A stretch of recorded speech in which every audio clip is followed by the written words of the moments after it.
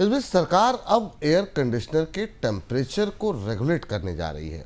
ऊर्जा मंत्री मनोहर लाल खट्टर ने बताया कि जल्द ऐसा नियम आएगा जिससे कि एसी का टेम्परेचर 20 डिग्री से नीचे या 28 डिग्री से ऊपर सेट नहीं किया जा सकेगा। इसका मकसद यह है कि बिजली की बचत और ग्रिड पर दबाव कम करना। बीई का कहना है कि हर 1 डिग्री बढ़ाने से लगभग 6% बिजली की बचत होती है।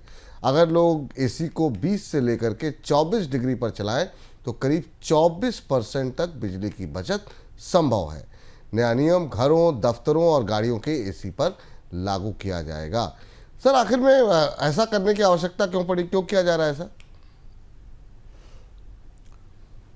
दो वजह हैं और लंबे कई सारे तर्क हैं जो इसके साथ जोड़कर आते हैं। पहली चीज़ तो ये कि ऊर्जा की, ये बिजली की खपत कम करने की कोशिश है, क्योंकि बिजली की खपत जितनी बढ़ती है थर्मल पावर का इस्तेमाल उतना बढ़ता है और थर्मल पावर के कारण भारत में पर्यावरण प्रदूषण होता है और सरकार ने जो ग्रीन एनर्जी के लक्ष्य रखे हैं वो पराजित होते हैं। दूसरी चीज़ ये है कि भारत में एयर कंडीशनर, भारत में क्या पूरी दुनिया में एयर कंडीशनर एक सर्टेन सीजन में सबसे ज़्यादा इस्तेमाल किया जाने वाला अप्लायंस है और इसमें बिजली की खपत ह्यूज होती है। करीब भारत में 100 मिलियन के आसपास एयर कंडीशनिंग अप्लायंसेस हैं जो लगे हुए हैं, जिनमें 15 मिलियन के आसपास इनमें हर साल बढ़ोतरी हो रही है।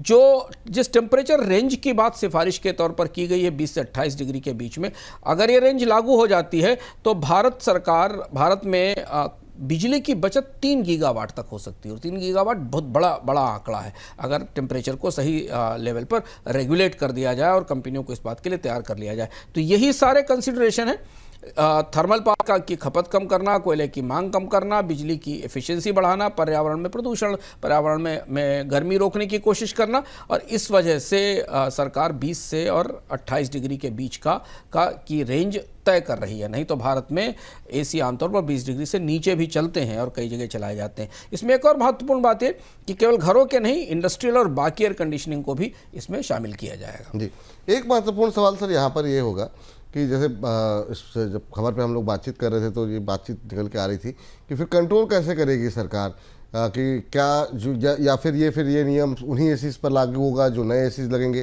पुराने एसी पे कोई व्यक्ति अपने घर पे कितने टेम्परेचर पे चला रहा है, इसकी तो मॉनिटरिंग भी बहुत मुश्किल है।